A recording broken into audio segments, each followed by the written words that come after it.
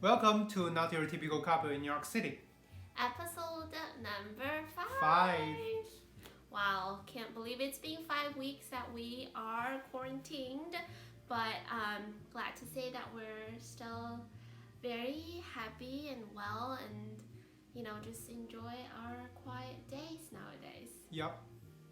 Cool. So today we thought we just chatted a little bit about our lives recently, mostly just because I think we, last night we talked about what we want this channel to be or what some of the topics we want to focus on.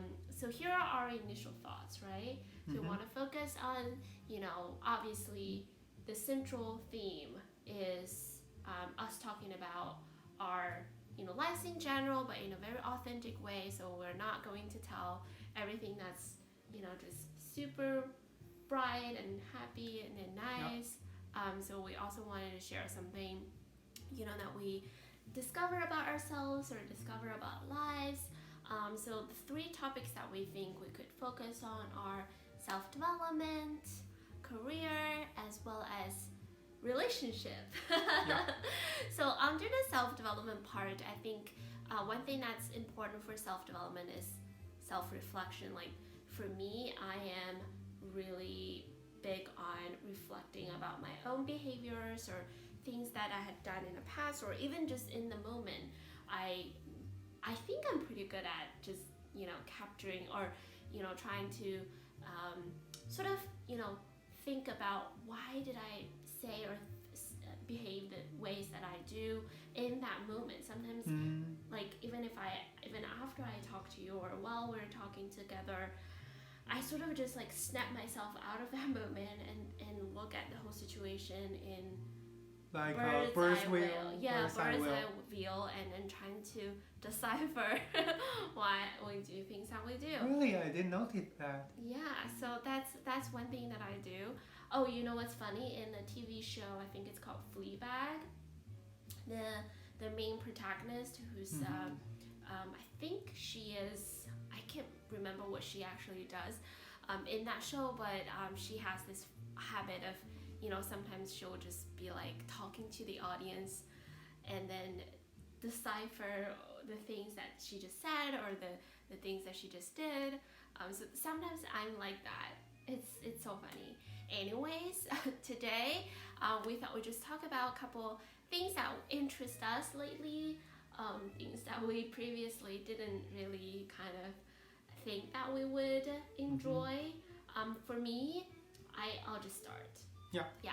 For me, I think what's interesting for me is that I haven't really read a fiction for longest time. I think it's mainly because back in college, I used to read a lot of fictions, but then I just find myself kind of wanting to get more just practical tips or things that are more theoretical or like conceptual ideas just fed to me. So I read a lot of non-fictions starting from, I think, back in college days, and I just kind of kept that habit, and I just need things just kind of like laid it out to me in a very structured way. Yep. And a lot of nonfiction books are like that. So, but lately, I think it's mostly just because with everything that's going on, you do explore like your world. Yeah, definitely. I try to, step out of my comfort zone a little bit and trying to really, this goes back to the self-reflection part where I just kind of caught myself in that moment thinking, gosh, like I'm just trying to, almost like steal other people's knowledge without trying to, formulate my own thoughts first. So part of me feel like nonfiction does that. It's kind of like a dopamine. Like every time if I read a new theory laid out to me, I was like, dopamine hit. And in that moment, I feel like I'm just so smart knowing all of that. But in fact, like I don't really know all that. Like I know I read someone else's thought, and provided sometimes we do analyze and we do partake in the journey that the author took us on, but it's Anyway, so long story short, I recently had gone back to reading fiction, and the first book that I picked was from this author called Sally Rooney, who's I'm sure a lot of you guys have already heard of. She only published 2 books so far, I think. I heard both of them are bestsellers, right? Yeah, and the one that's garnered most attention is Normal People, and I don't know why I haven't jumped on that train yet. I just noticed a lot of people in my office started reading that, I think from last year, and I still saw, the book was constantly like on someone else's desk, but it just never struck me as something that I would just embrace or, start reading, because I was in that nonfiction bubble for the longest time. So I decided to give it a try, but not that book in particular. I couldn't, unfortunately, get my hands on Normal People. Nowadays, I usually just go to New York Public Library website and I borrow books, like ebooks from there. And right now, I can only place hold on that book because I am unfortunately number 421 on the waiting list. I heard they only have 500 electronic version. So unfortunately I couldn't, get my hands on that book, but I was just browsing on the website and I discovered Conversations with Friends, which is, her earlier book that she debuted. And I was instantly hooked, and I did not expect to be so invested in it until literally today. I just finished everything. I think I finished a book in about a week, which is kind of long, but then every day I try to read a few pages, and it's, every day it's kind of like it became a ritual that I just look forward to. So basically, without giving too much of the details, for anyone who hasn't read that, the synopsis is basically about 4 people, which is, very interesting for any book to explore the relationship between 4 people, because you can imagine with anyone that you move any character in that 4 rectangular relationship, and it's bound to affect the other 3. So the main protagonist, her name is Frances. She's 21-year-old and she's studying college in Dublin. With her best friend and also ex-girlfriend, Bobby. And then they met with this couple who's in their early 30s, obviously older than them, but not too old, like not old people. And they, were invited to, they were invited to like go on vacations with them, and also, go to their houses for dinner and everything. And Frances, our main protagonist, started developing this extramarital relationship with the husband, Nick, while Bobby is, find herself attracted to the wife. But the main kind of spotlight is on Frances and Nick's relationship. So what I find fascinating is how the author is able to explore the relationship unfolding without putting a lot of judgment on it.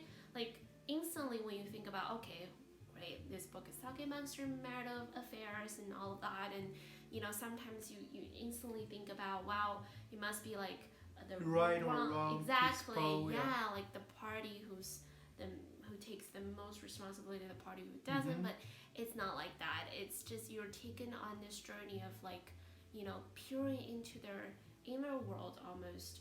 It's interesting because I know we were talking today as I finished the book, and I told you how I felt, none of the characters are actually likable, at least in my opinion, but you just find yourself identify with almost all of them. You can see yourself in their, some parts of their dialogues. And another amazing thing about this book is that, the author is very good at writing dialogues or conveying emotions through text messages and emails, and she doesn't even use the quotation marks, so you have to kind of figure out, that's the thing that they said, or this is the actual thoughts that going through the person's mind. So I thought that's also wonderful for me. A lot of people might find it, a bit hard to adjust in the beginning, but later I fully embrace that style per se.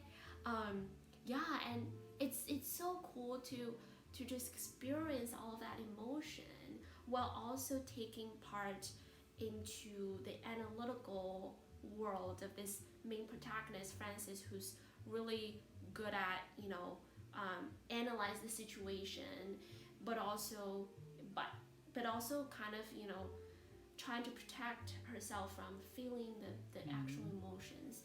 There's one quote that I really, really like. Hold on, let me read it to you. So the quote goes, "Things and people move around me, taking positions in obscure hierarchies, participating in systems I didn't know about and never would, a complex network of objects and concepts. You live through certain things before you understand them. You can't always take the analytical position." So I just love when, the author is so intricately, is that a word? Yeah, like that's a word. in a very subtle way to kind of shift between this, I'm feeling all these feelings. Like at one moment, the main protagonist actually hurt herself, which is kind of graphical and might be triggering for some people. But then, out of it, and then you will actually experience some of the analytical piece like that one, and you're just like epiphany. You're like, ooh, that's exactly what I feel from time to time. So yeah, that's my latest obsession basically. I finished the book. I started the book thinking that, okay, I'm just gonna give it a try. I don't know if I can put myself in the shoes of any of the main characters. I don't know, let's see. But I'm really glad that I was open to it, and I give myself a chance to, get on that ride. And now coming out of it, it's like I'm not too emotional about any of those plots per se, but I do kind of developed more empathetic position towards certain choices that people make. So I think by finishing that book, it kind of like catapult me into a journey where I will take a more kind of loving even position when people might share some of the parts that we normally might not find appealing, or the choices that we might not normally condone or rationalize. So now I understand, because I find myself feeling their emotions and can see how from time to time we all struggle. Cool, awesome. Yeah. So what have you been into lately? Lately, I've been discover a good podcast while I was doing cooking stuff. Yeah, because it's talking about the wines and different spirits, like wines, beer, and liquor. And the episode I listened to, this one is talking about craft beer. Unfortunately, I'm not a big fan of beer. I thought it's not. Yeah, I don't think you're a beer person. Yeah. So I also listened to other episode talking about, which I find is very interesting, is Japanese whiskey. We know because I think last year my friend brought a Japanese whiskey like Suntory Toki to my home. It tastes pretty good. Yeah, so I just want to know what is Japanese whiskey. Is it popular? And learn that right now it's become so popular. It's so expensive. Because Japanese, we know that Scottish whiskey is the most traditional ones, and Japanese, they learn from the technique from Scotland and adjust to Japanese atmosphere and condition and made their own whiskey. So right now it's mainly Suntory and another firm, which is a big player in the Japanese whiskey market. Mm-hmm. And right now, because it takes maybe 15 to 20 years to produce those called hard liquor, So right now, because the supply is limited, because the factory was like built a long time ago, but the demand increased significantly as there are many like Japanese bars open in the US and in China. So the price of Japanese whiskey per bottle almost tripled in 4 to 5 years. Wow. So if you have any chance, taste it and try it. Yeah. So you actually recommend Japanese whiskey to? Would you recommend that to people who've never had whiskey before in their life? Yeah, You I would? recommend. Yeah, Yeah. I taste once and it's pretty good. Yeah. How is that different from the traditional whiskey that we know? I think it's more smooth and is not that strong. Yeah.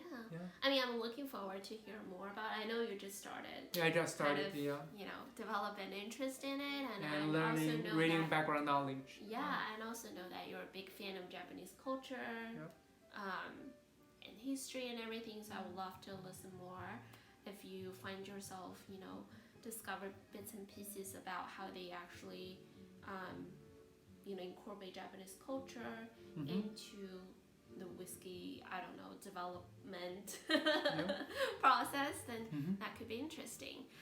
So yeah, that is our today's episode, and with us exploring different, topics and different things in our lives. So hopefully it's something that will inspire you to, develop an interest or find yourself start looking or reading or watching something that you have been thinking for a long time, and definitely now is the best time to do that. So yeah, thank you for watching, and we'll see you in the next episode. Bye. Bye bye.